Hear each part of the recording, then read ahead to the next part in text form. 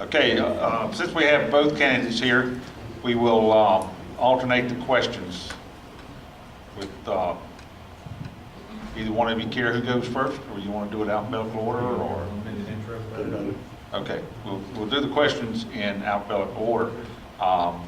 We'll start with Mr. Bryson. You've got 1 minute to introduce yourself, followed by Mr. Clark, who will be given the same privilege. First of all, I want to thank everybody for coming out tonight and thanking the Tea Party for having this event. I am a Tea Party member. It is on my literature. I've been a Tea Party member since the foundation here in Gaston County. I made my announcement in 2009 that I was going to run for sheriff, and I did, and I missed it by a small margin.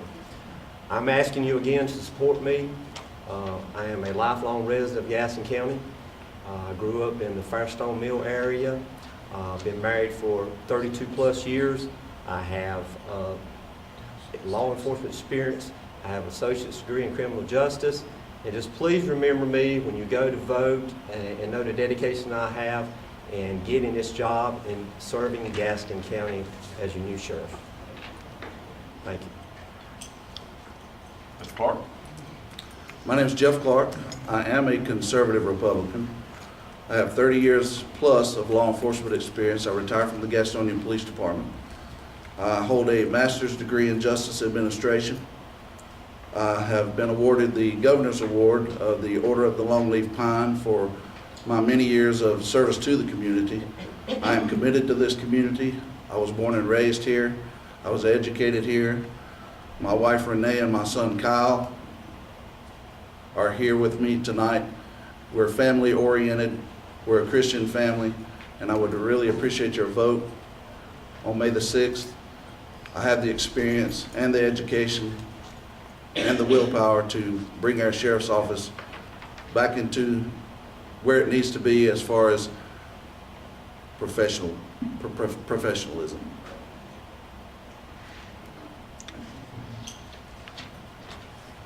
Thank you, gentlemen. Mr. Bryson, do you have a strategy to return our government to constitutional principles? If so, what would you do?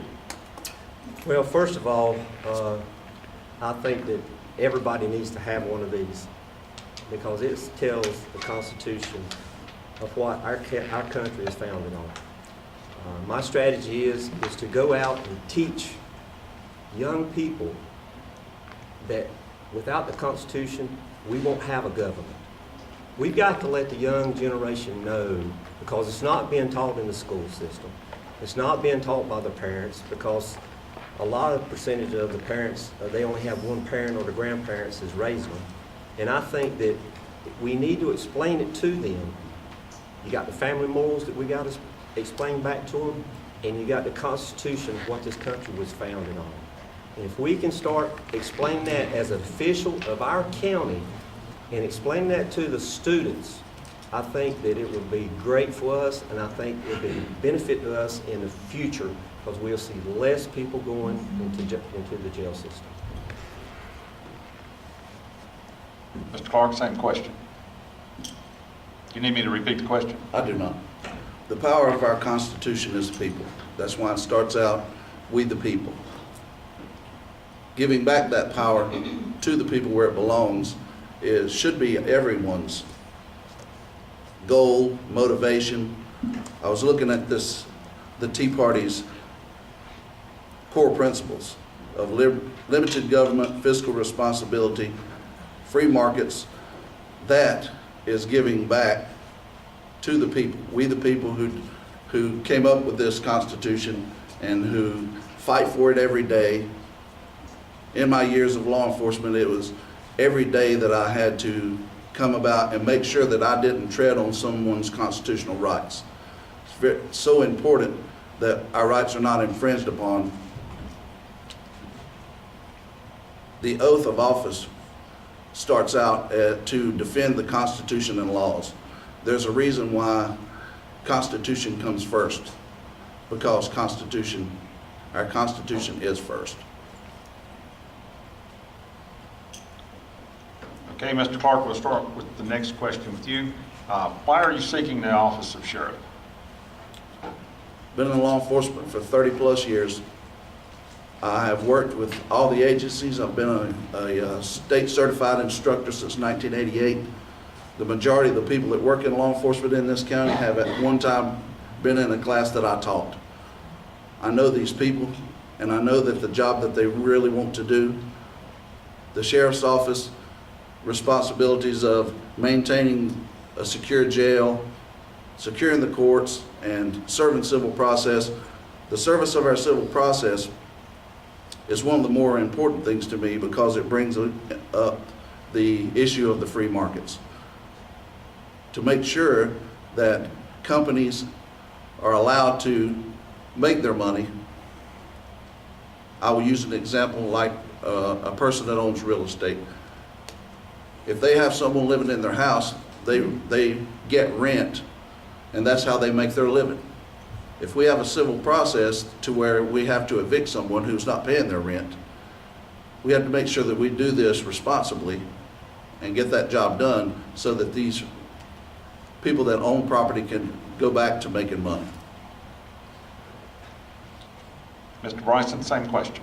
Okay, first of all, being in law enforcement, we as police officers see day in, day out of stuff that goes on at the jail that general public don't know about, they don't see. And there's room for improvement over there. Prime example, I think that we need a full body scan for every inmate we bring in there. When y'all go to the airport, you get a body scan, don't you? Well, why don't we do a body scan at the jail to keep them from bringing in drugs, weapons, or anything? That right there by itself says a lot. That's a security thing. That cuts down on lawsuits that you may have when you have a gender factor that might be involved when you start searching them. I want to bring the department further into the 21st century. Facial recognition. Every police officer has a cell phone now. They go out to serve a warrant, they take that phone with them. All they got to do is point it right here at the person that they're getting ready to arrest. How many times I've been to a person getting ready to serve a warrant and they say, I'm not that guy. Well, I'm out on the road. I don't know if that's the person or not. It catches people just like that now because many, many agencies throughout America right now is using that software. Now, does it have its limitations? Yes. It only should be to the person that you get ready to serve that warrant on. And I think that if we can advance further into the 21st century, it's going to benefit the citizens. It's going to start cutting our cost even more. Because right now, we have a high cost with jail inmates. It's a revolving door that they go in and out of. And we have to cut down on that. I'll go arrest somebody and they're out of jail before I finish the paperwork. So I think that if we can just move a little bit further into some of the technology, we'll be better off as a county. Thank you. Mr. Bryson, we'll start the next question with you.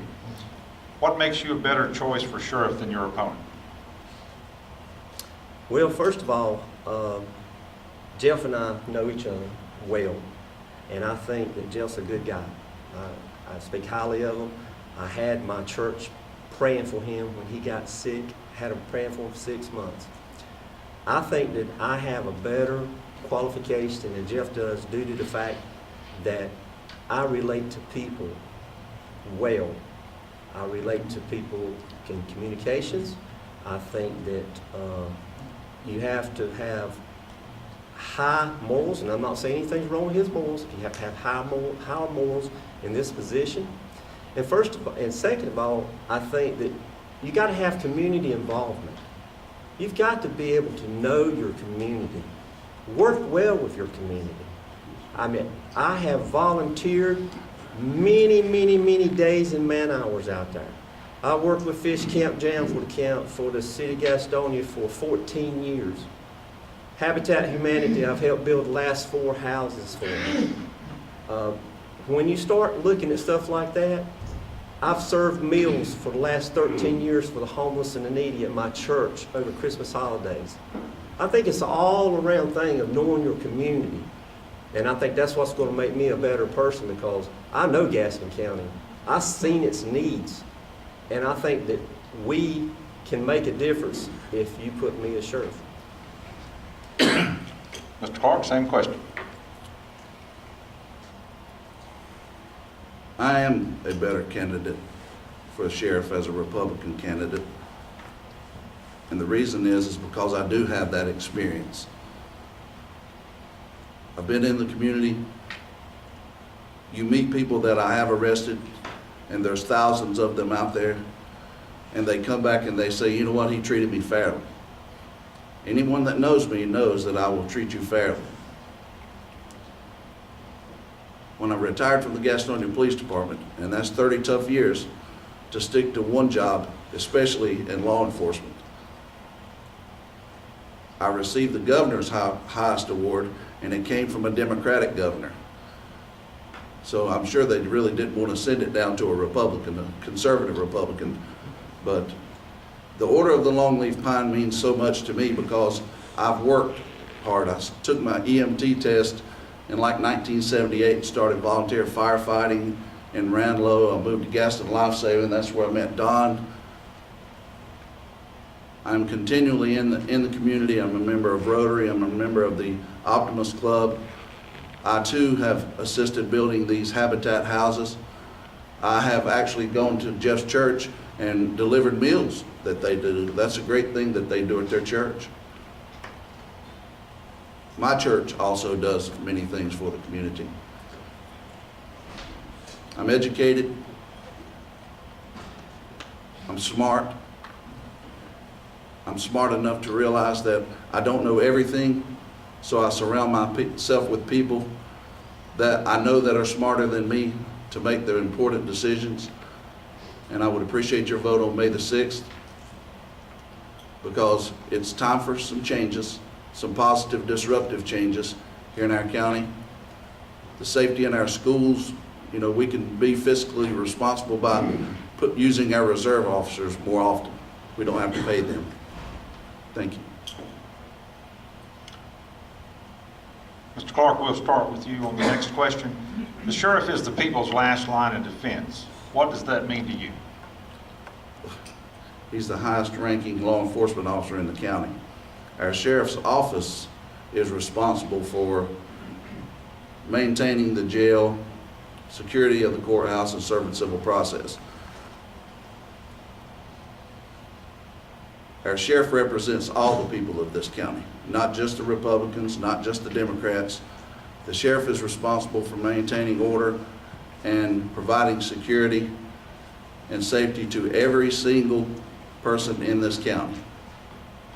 I am aware of that, and I am prepared to put myself out there between myself and the people that would try to take those rights away from us.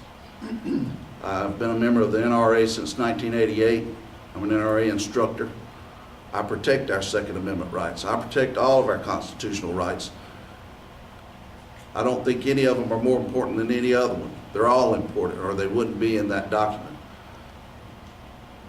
It's my duty, if elected your sheriff, to protect all those rights.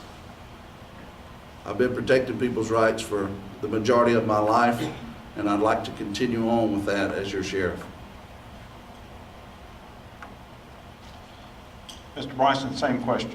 Since the mid-16th century, sheriffs was brought into the United States basically as the will of the people to make sure that they was the last line of defense from the government. I think that it's been so much bureaucrats thrown in there that everybody thinks that the government can come in and do what they want to and when they want to, and that's not true. If y'all have been watching the news lately, out in Texas, those guys didn't leave on their own. They was told to leave, and you know who told them to leave. It was the sheriff that told them, get out of my county. So I think that if everybody would just go back to the Constitution of what it was originally designed for, it's worked for many hundred years now, then we would be all right. But right now, it's getting so bureaucracy built into the system that they want to dictate what we do and how we do it. And I'm the last line of defense. If you let me, Sheriff, I'm going to tell you right now, the government ain't going to come in here and tell me what to do. They're going to try. Look what they're doing to some of these other sheriffs that's in the United States. They try. They've been trying for years. He sends them on the road and says, get out of here. And you're looking at one right here that would tell them the same thing. So just remember me when you go to vote. Thank you. Okay, Mr. Bryson, the next question will be yours first. We've recently seen other states legislate gun registration programs. Would you stand against this if this happened in North Carolina? I am a strong Second Amendment supporter. I think that any legislation that our government does on restricting guns should be illegal. I own a gun store. I sell guns to people like you. And it's a headache when somebody comes in to buy a gun, and I hate it every time because that's their right. And it's right here. It says it, but nobody wants to go by it. So when they start restricting of what you and I can go out here and purchase as guns, we got a problem. Because I think that the people has a right to bear arms. I think everybody in their house, every household should have one. Look at the statistics where cities has made everybody in a household have guns in their house and how much crime has dropped in those communities. So no, I'm not going to support any legislation that is going to restrict anything that we put on guns. Mr. Clark, same question. Would you ask it again, please? We've recently seen other states legislate gun registration programs. Would you stand against this if it happened in North Carolina? Absolutely. Gun registration is not a good idea. In these other states where they require it, if you make it public information, people can go to that. Good people like you and I are not going to be the ones going to that to find out this information. It's the bad guys that's going to be going and looking up and seeing, well, how many guns does she have in her house? I'm not going to break into Dana's house because he only has one, but she has 10. So I'm going to go break into her house. A lot of agencies around here use offender-based investigations. If we're going to keep a check in the name of somebody, we need to keep the name and addresses of our violent offenders, not people that have the right under our Second Amendment to keep and bear arms. If you start this registration, you're only going to open up Pandora's box of people breaking into your house. You know, I teach firearms for the NRA, for the Gaston Police Department, for law enforcement in general. It's important to make sure that you train people properly. There are enough regulations already to where I feel like our rights have been infringed upon as far as our Second Amendment goes, and I absolutely would not support ever a registration of our weapons, of our guns, because somebody will try to come and break in my house not realizing the mistake that would be. Thank you. Mr. Bryson, same question. That's a new question.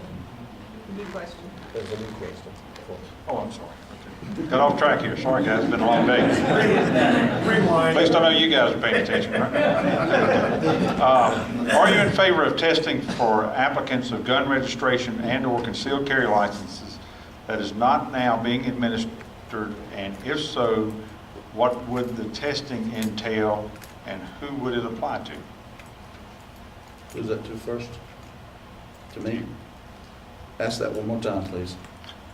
Are you in favor of any testing for applicants of gun registration and/or concealed carry licenses that is not now being administered? And if so, what would the testing entail and who would it apply to?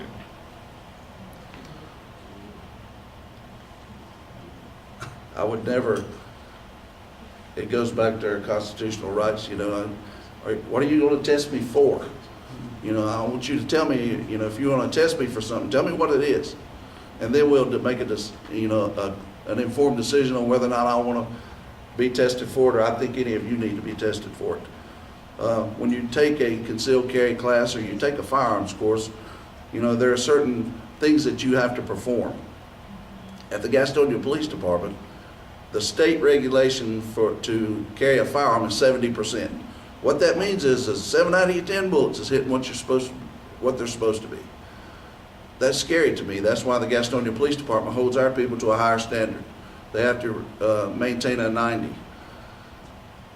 If you want to test someone, you test their knowledge, skills, and ability of safe handgun handling, firing a handgun or a long rifle. You know, they need to learn more about the ballistics of these things, because a lot of people that own weapons, they go out and they shoot in their backyard, not realizing that, you know, you're responsible for that projectile once it leaves that barrel until it comes to a safe and complete stop. It's sort of like riding a roller coaster. You know, when you get on a roller coaster, they say, you know, remain seated until you come to a safe and complete stop. The bullet's the same way. You're responsible for that thing as long as it's traveling through the air, and making sure people are more educated about exactly what their weapons do is way more important than any other kind of a test I could think of. I just don't know I think we're tested enough. I think we need to concentrate on the current things that we test for when we teach people about our firearms. The Second Amendment needs to be added into that class. Mr. Bryson. Absolutely not. I think that big brother government is getting too many hands into what the Constitution says that you and I have as a right. I think that everybody should own guns, like I said before. So anytime that you start saying of testing or more regulations or any of that, I'm saying no, absolutely not. Because all that is Big Brother wanting to tell you and I how we can do our business when it comes to guns and owning guns. Now, one of the things that I wish that we could possibly do within the system is to start teaching young children about guns. I ain't gonna say make it a regulation. I'm not saying that. What I'm saying is NRA sponsors many shooting classes for children to learn how to shoot guns. I think that that's benefit, because when I was a kid growing up, Noon Optimus Club in Gastonia, that's where I learned how to use a gun. We used to go over there and target practice. We used to go, it was in the basement shooting 22 rifles. So it was overseen by people like Jeff himself that was instructors. And here you have a bunch of children in there shooting these guns. We knew not to ever point a gun at anybody. So I think that and the reason I'm saying that is because education goes a long way. And if we can teach kids how to operate guns and handle guns, we teach them the value of guns. And the value is the Constitution says that you have a right for it. Mr. Bryson, what is your opinion of Homeland Security arming and militarizing our local county and city police departments with high-tech military gear? Well, all I know is they're doing it all over the United States right now. And I'll be honest about it, I have no idea what they're getting prepared for. But I think, personally, that they think some kind of big civil is going to start taking place. I have never heard that. As a police officer, I've never heard that. I will go on the record. That's my personal opinion. But I do know that they're going across the United States and arming anybody and everybody they can. If you knew the facts of how many ammunition, a few years ago we went through an ammunition shortage. Well, the reason we went through an ammunition shortage, and I know because I sell ammunition, they was buying it all up. Now, why are they doing that?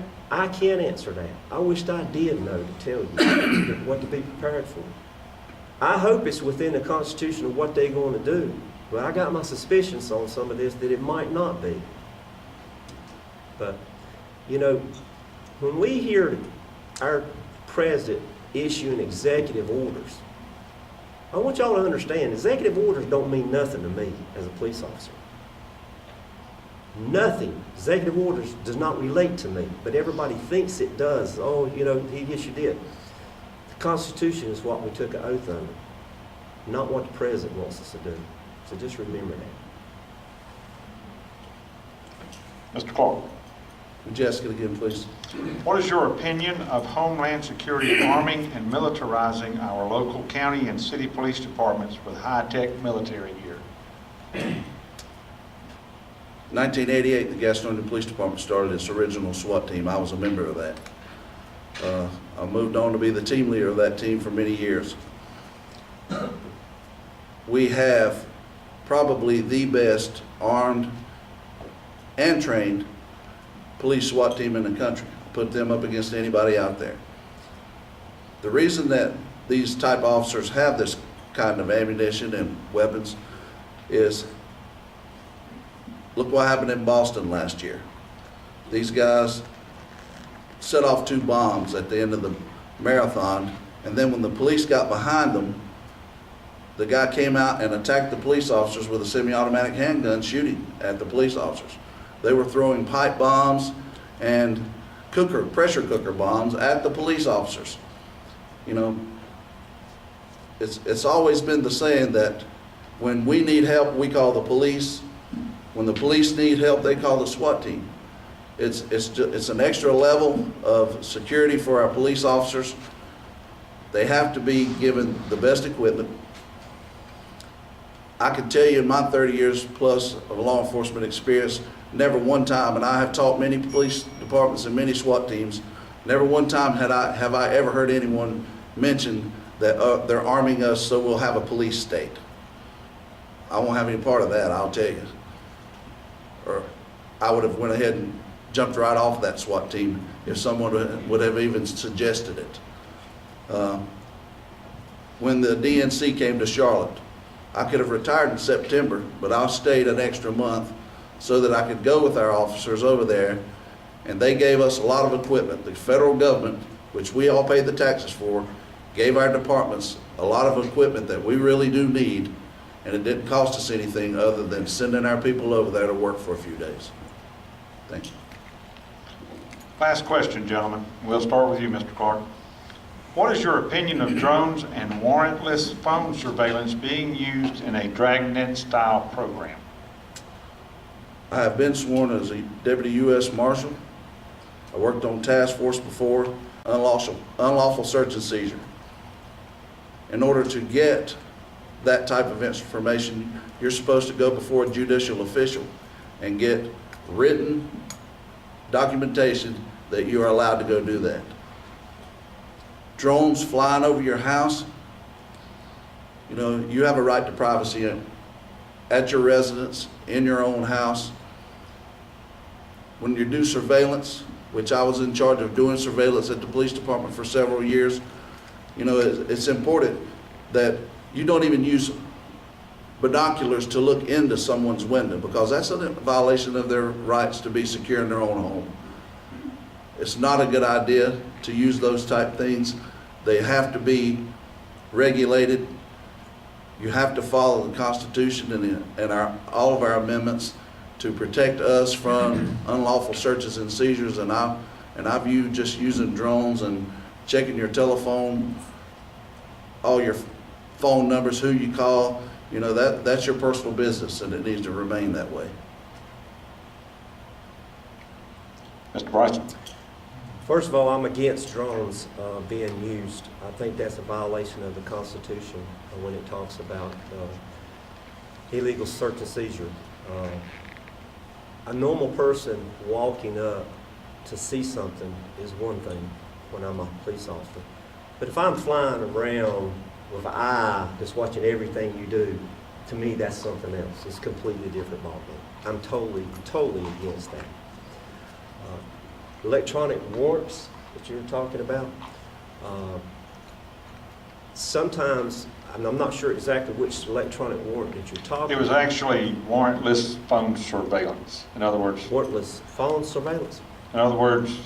listening in on your phone conversations without a warrant. Absolutely not. That's what we have judges for. We have a judge in the House tonight. That is their job, to keep police officers straight in the work that they do in the field. If I go take something to one of the judges and say, listen, I've got a case on this person, this is what I think they're doing, they're going to analyze it. They're going to pull everything out of it. They're going to come to me and they're going to jerk me around because they know how important this is. And I want them to do that because it is their job and it's how important it is. So I would say that absolutely not. Okay. That concludes the questions. We'll now start with the closing statements. And Mr. Bryson, we'll start with you. You have 2 minutes. Once again, I want to thank the Tea Party for having me here tonight. Like I said before, I've been a Tea Party member since the founding here in Gaston County. I've been heavily campaigning for 6 years. Just remember me when you go out and vote and know that I'm going to be your last line of defense when it comes down to it. You're not going to have anything to worry, say, oh, he's going to back out or whatever. I didn't change my party affiliation just to run against my opponent. I've been a Republican since I was 21, 22 years old. I didn't throw my name in a hat just to be getting everybody confused. I am there to make a change, a positive change within the sheriff's office. If you are willing to get out there and support me, I promise you that you will look back in the future and say, that guy said the words and he meant it. And thank you once again for coming out tonight. Mr. Clark. I would also like to thank everyone for being here tonight. I did change my party affiliation from unaffiliated to Republican. I think it's important for you to take what we call the Vote Smart Challenge, to go out and find out about the candidates, see what they're about, see what what they have to offer you as far as experience. I've had the same job for 30 years. I've stuck to it, even on the days when it was very hard to go to work. Go down on Linwood Road and see a little baby down there. His little brother shot him in the head because somebody didn't maintain their firearms properly.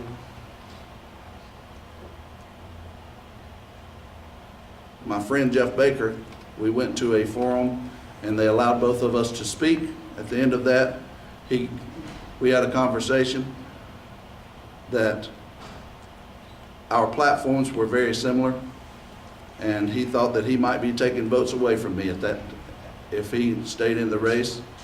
So he tried to withdraw his name completely from the ballot. They wouldn't let him because we were 2 hours late. I know what Gaston County needs in a sheriff. I have all those qualifications. I'll be glad to share my time and my life to continue my law enforcement career as your sheriff, if you so elect me to be your sheriff. It's important that you have someone in the sheriff's office that is in the sheriff's office for you. I don't want to be the sheriff for myself. I want to be the sheriff of all the citizens of Gaston County. And I would really appreciate you entrusting me in that position. Thank you. Thank you, gentlemen. And if you would see Daniel after it's over with, he'd like to ask you a couple of questions. Yes, Again, sir. thank you.